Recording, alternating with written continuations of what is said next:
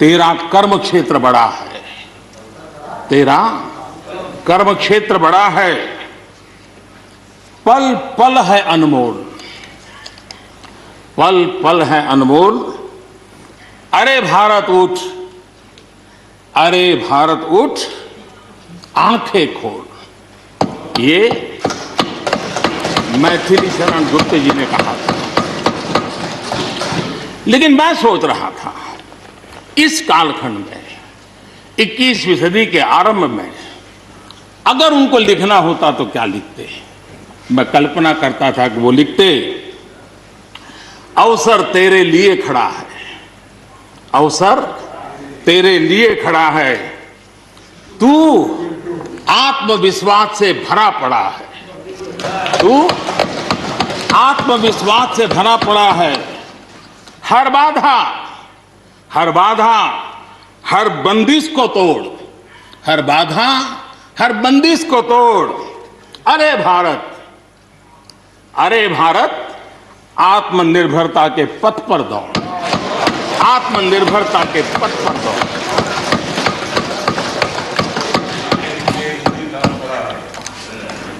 आदरणीय सभापति जी,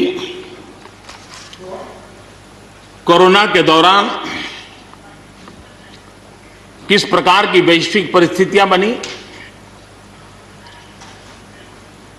कोई किसी की मदद कर सके ये असंभव हो गया।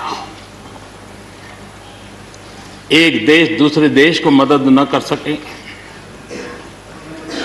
एक राज्य दूसरे राज्य को मदद न कर सके,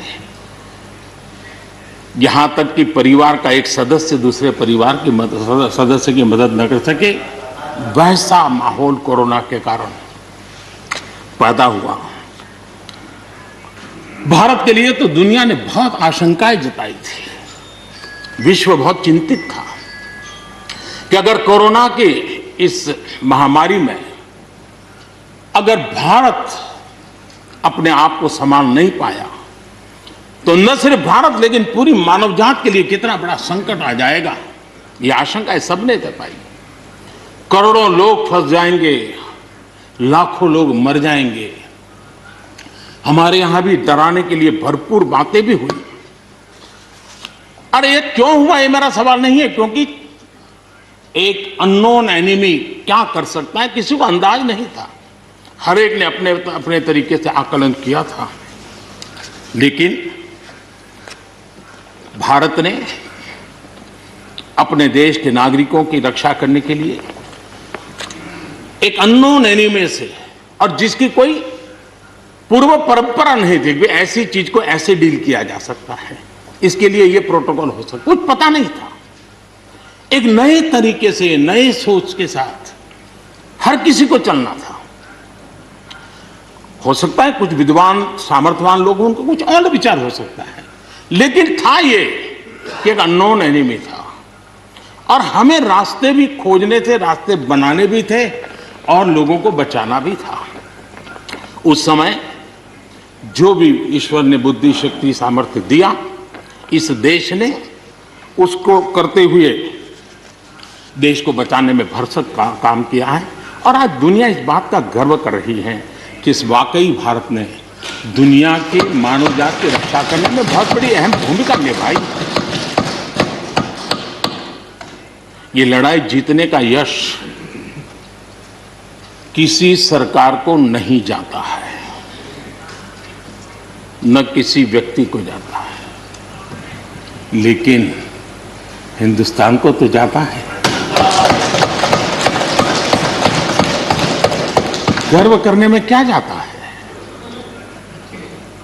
विश्व के सामने आत्मविश्वास के साथ बोलने में क्या जाता है? इस देश ने किया है। गरीब से गरीब व्यक्ति ने इस बात को किया है। उन समय सोशल मीडिया में देखा होगा, फुटपाथ पर एक छोटी झोपड़ी लगा करके बैठी हुई एक बूढ़ी मां,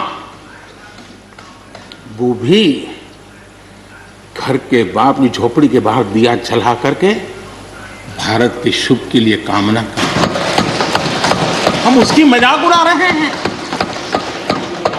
उस भावनाओं का मखौल उड़ा रहे हैं। समय है जिसने कभी स्कूल का दरवाजा नहीं देखा था, उसके मन में भी देश के लिए जो भी दिया जला करके भी देश की सेवा कर सकता हूं तो करूं, इस भाव से किया था। और उसने देश में एक सामूहिक शक्ति का जागरण किया था,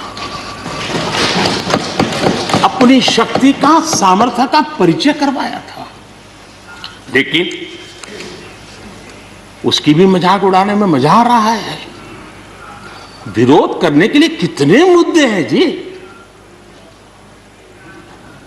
और करना भी चाहिए, लेकिन ऐसी बातों में न उलझे जो देश के मनोबल को तोड़ते हैं, जो देश के सामर्थ्य को नीचा आंकते हैं। इससे